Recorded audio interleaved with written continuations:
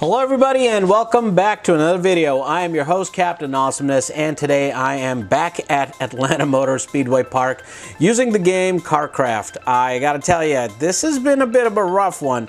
After working out a couple of kinks with the way I was driving and even playing around with the setup of the cart, I've kind of plateaued. So just for understanding purposes, I'm right now the 324th fastest person in the world and 46th in the United States. What has happened is that not only have I peaked on this lap time, but I cannot repeat it anymore.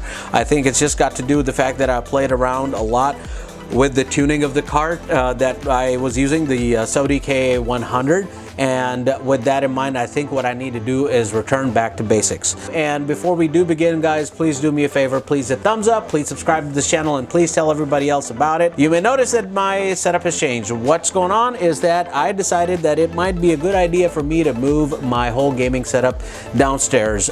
This is a temporary setup right now, but it is going to become permanent, hopefully sooner than later. At this moment, basically, the two things that really were advantageous for me to do this was that the room that I actually use, or the room that I was actually using to do this, turns out that I kind of need it for some other important work, and this stuff was physically getting in the way, so it just served a good purpose for me to take it downstairs. The second thing is that the monitor that I was using for my racing wasn't exactly working out well for me. What I mean by that is that I had a old school 2009 23-inch Dell monitor that I was using that only had DVI connections and VGA connections on it. So I wasn't able to see anything in HD, and I kind of was like, look, I've got a good PC that can do a lot more. I've got a RTX 2060, which is, yes, an old graphics card at this point, but I was not getting the full potential out of it. So I moved it downstairs to where I've had a TV since 2007, but it is HDMI. It's a Sharp Aquos 37-inch TV that does real well, and I am surprised how good it actually is, even though it's 14 years old at this point. So with that out of the way, let's get a session started. So waiting on this thing to start, I'll tell you guys I'm on a stock setup, which means whatever the game came with, instead of messing around with the suspension stuff. And I've changed the view a little bit too. As you can see, no driver, no steering wheel. Kind of helps me psychologically, I feel. All right, brake. Counter steer to counter the stupid thing I just did there where I hit the gas too hard, too early. And turn, I have to lift off. Otherwise I was gonna go into the wall there. Brake. This feathering thing is killing me. I've been trying to feather the throttle and it ends up actually causing me to lose all kinds of speed, as you can see. So we'll have to figure that out too. Same thing here. So lots of things going on with this, and I got to figure out what I can do differently, but yeah, it is what it is. At this point, I'm just trying to figure out where I lost my luster, and I think it's because I got a little too, what's the word I'm trying to find? I got a little too excited, and it's costing me lap time, a lot in lap time. Like, I am nowhere near 55. I'm like 58, maybe a minute right now with lap times, but let's see if we can improve together. I'm gonna do about 3 laps. And again, I made a very late turn in, and that caused me to basically enter a little too slow and exit too slow. Not a good thing. Oh boy, there we go. Nemesis already took off on me. All right, brake hard. A little bit better. I could still do a lot better.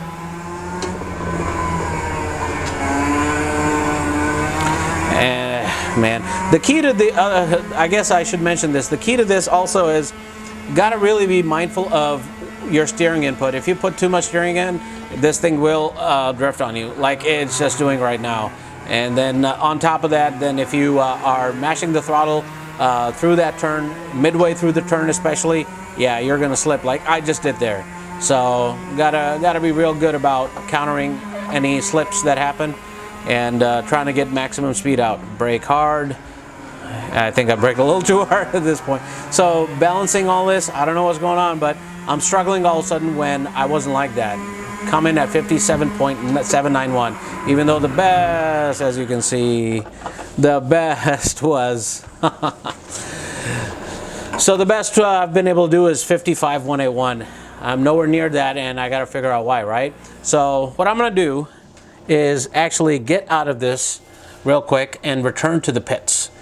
And here I'm going to mess around with the vehicle setup, and what I'm going to tell you guys about is, see, there's a difference between this dry and that dry, this dry and that dry, and the whole thing between this and this is twofold, or severalfold. Tires in the back are going to stick out a little bit more in this other setup I have, and so are the front tires. The idea behind that is to try to get front and rear grip. I'm lacking that at this point. The other thing is that this ride height is actually lower, and the suspension is a little bit stiffer. And then the most important part is that I'm messing around with tire pressures as well. So the tire pressure is 12 psi front, which is stock, but in the back, which is also supposed to be 12 psi, I've taken it down to 11. And that is to kind of allow the tire to be in the back to be a little bit flatter, so that more of the surface sticks, so that I do not continue to slip out.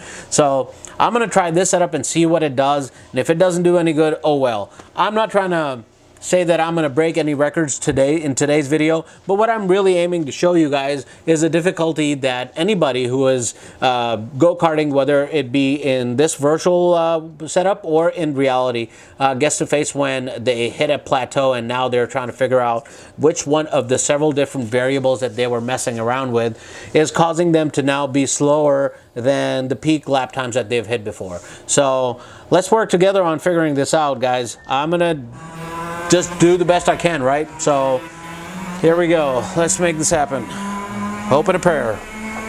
Brake, and then there we go. That's a lot better. It even feels a lot better. It feels like it wants to turn. There is oversteer still, but a lot easier to manage.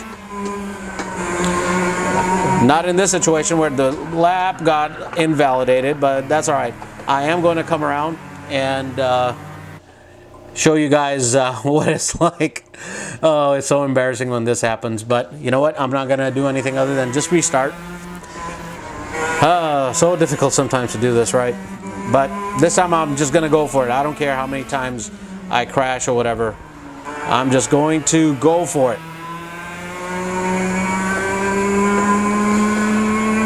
Send it now. At least I stayed on the track. Feathering the throttle, but still losing to the guy in front of me. Came into the throttle too quick, and that caused the rear to still brake. That's all right. We'll get it in the second lap. 55,180, and I'm at 55,181 as my best lap time that I've done so far.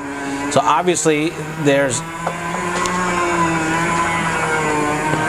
a reason why I'm screwing up, and I just gotta figure out how to counter it. So one of the things is how much of steering input and throttle input I'm putting in. So that's number one. And this is supposed to be exactly the way I'm driving it, which is just brake, turn, and then go full throttle. And that worked a little bit. Oh, brake. And then feather the throttle in. Whew, lap did not get invalidated, even though I went a little too far out, I feel.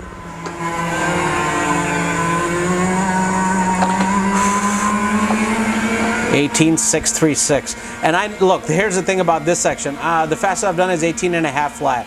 So what am I doing differently here? I don't know. And actually, I wish I knew. One of the reasons why I don't know why I'm screwing up is because the setup that I did have when I did the 18.5, I deleted by mistake. So it's kind of like relearning the entire deal all over again. But working on it, working on it. Brake hard. Don't hit the tire wall. So that puts me at a half a second behind the Nemesis at 55.7. I thought I had it. I thought I had it and I didn't. Yikes. So we're gonna spawn and try to finish this lap and then the next lap. I will need your guys' help in trying to figure out what in the heck am I doing wrong and different and all that stuff, because it can be a struggle. And the thing is that no one else that I know actually uses this game. I can kind of understand why.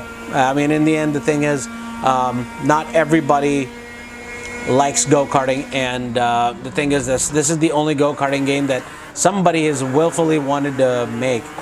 This is actually a company in Australia that developed this game, and I think it's pretty cool. Just got to give it a chance. I don't think iRacing and Assetto Corsa and some of the other games like Formula 2021 should be the only games that one should play. Karting, oh boy, well that's all right. Oh boy. Karting is a lot of fun too, and within the reach of many people who actually want to race. So that's why I highly encourage people to give it a shot. While I do that, I'm gonna stop the game right here and just talk to you guys. So the thing is, you have to understand that all of us would love to be the topmost racers in the world, and games do a certain thing where they allow for us to live a reality that we just can't ourselves, be it because we can't afford to, or too old, or too weak, or whatever. But with that in mind, some of us, I think, should also look into the reality of situation too. Karting in the real world is just as reachable to a larger mass of people as is the virtual reality stuff that I'm doing at this moment. The difference is, of course, when you're doing this kind of stuff, especially when you use non-Fanatec products, there is a bit of a disconnect between what happens in the real world and what actually happens in a game, and not to mention the way that the game developers design their stuff. All of that, I get it.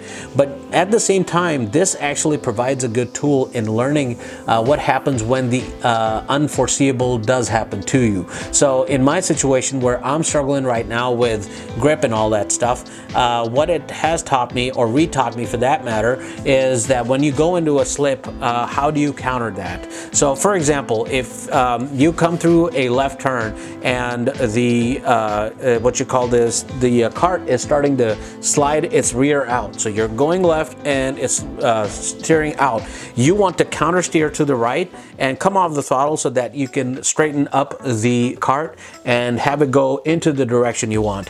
A lot of times I feel these are the kinds of dangerous situations that one needs to learn in the virtual world instead of in reality, because when you have to deal with it in reality, it can physically hurt. I mean, forget about your pride. It can physically hurt. I myself have been injured slightly to up to almost seriously. I've seen some people get seriously injured, and only one time in my life did I see somebody die from this. So I think that this is a good tool for those who want to get into real racing, to at least get a little bit of understanding as to what they're going to feel when they are taking it hot and heavy through a turn and they start to lose control, and how best to counter it. So even though today's session that I did for you guys wasn't all that productive, fruitful, I don't know what to call it, I think lessons were learned, and one of the lessons that I've learned is I have too much of a lead foot, and I need to come off the throttle a little bit before I either go into a turn, or when I'm in a turn and I all of a sudden lose grip, how to come off the throttle, counter steer, and try to get back on it. There are a lot of other YouTube big time celebrities who do this. I'm just another regular Joe, but I think the focus of my channel is going to be just that no matter I'm on a real track or in the virtual world, I'm going to show you things that are pros and things that are cons in terms of desirable or undesirable kinds of driving that does happen. So with that in mind, guys, I don't have much else to talk about today. Again, wish I could have shown you another record-breaking session, but that just didn't happen today.